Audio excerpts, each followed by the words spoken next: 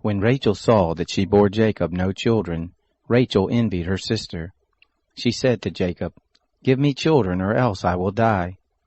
Jacob's anger was kindled against Rachel, and he said, "Am I in God's place, who has withheld from you the fruit of the womb?" She said, "Behold, my maid Bilhah, go in to her, that she may bear on my knees, and I also may obtain children by her." She gave him Bilhah her handmaid as wife, and Jacob went in to her. Bilhah conceived and bore Jacob a son. Rachel said, "God has judged me, and has also heard my voice, and has given me a son." Therefore she called his name Dan. Bilhah, Rachel's handmaid, conceived again, and bore Jacob a second son. Rachel said, "With mighty wrestlings have I wrestled with my sister, and have prevailed." She named him Naphtali. When Leah saw that she had finished bearing, she took Zilpah her handmaid, and gave her to Jacob as a wife. Zilpah, Leah's handmaid, bore Jacob a son. Leah said, "How fortunate!"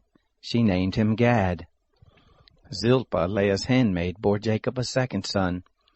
Leah said, "Happy am I, for the daughters will call me happy." She named him Asher. Reuben went in the days of the wheat harvest, and found mandrakes in the field, and brought them to his mother Leah. Then Rachel said to Leah, "Please give me some of your son's mandrakes." She said to her, "Is it a small matter that you have taken away my husband? Would you take away my son's mandrakes also?" Rachel said, "Therefore he will lie with you tonight for your son's mandrakes." Jacob came from the field in the evening, and Leah went out to meet him and said, "You must come in to me, for I have surely hired you with my son's mandrakes." He lay with her that night. God listened to Leah, and she conceived and bore Jacob a fifth son. Leah said, "God has given me my hire, because I gave my handmaid to my husband." She named him Issachar. Leah conceived again and bore a sixth son to Jacob. Leah said, "God has endowed me with a good dowry. Now my husband will live with me, because I have borne him 6 sons. She named him Zebulun. Afterwards she bore a daughter, and named her Dinah.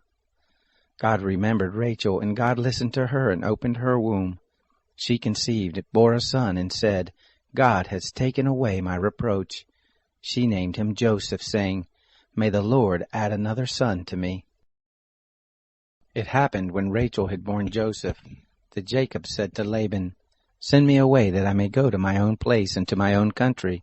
Give me my wives and my children, for whom I have served you, and let me go. For you know my service with which I have served you." Laban said to him, "If now I have found favor in your eyes, stay here, for I have divined that the Lord has blessed me for your sake." He said, "Appoint me your wages, and I will give it." He said to him, "You know how I have served you, and how your cattle have fared with me. For it was little which you had before I came, and it is increased to a multitude. The Lord has blessed you wherever I turned. Now when will I provide for my own house also?" He said, "What shall I give you?" Jacob said, "You shall not give me anything. If you will do this thing for me, I will again feed your flock and keep it.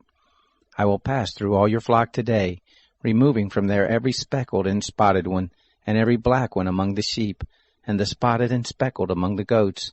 This will be my hire. So my righteousness will answer for me hereafter when you come concerning my hire that is before you.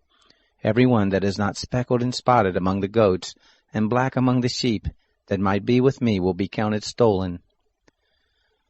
Laban said, "Behold, I desire it to be according to your word." That day he removed the male goats that were streaked and spotted, and all the female goats that were speckled and spotted, every one that had white in it, and all the black ones among the sheep, and gave them into the hand of his sons. He set 3 days' journey between himself and Jacob fed the rest of Laban's flocks. Jacob took to himself rods of fresh poplar, almond, plane tree, peeled white streaks in them, and made the white appear which was in the rods. He set the rods which he had peeled opposite the flocks in the gutters and the watering troughs where the flocks came to drink. They conceived when they came to drink.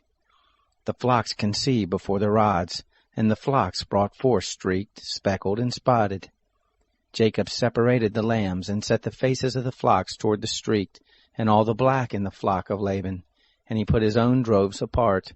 and didn't put them into Laban's flock. It happened, whenever the stronger of the flock conceived, that Jacob laid the rods before the eyes of the flock in the gutters, that they might conceive among the rods.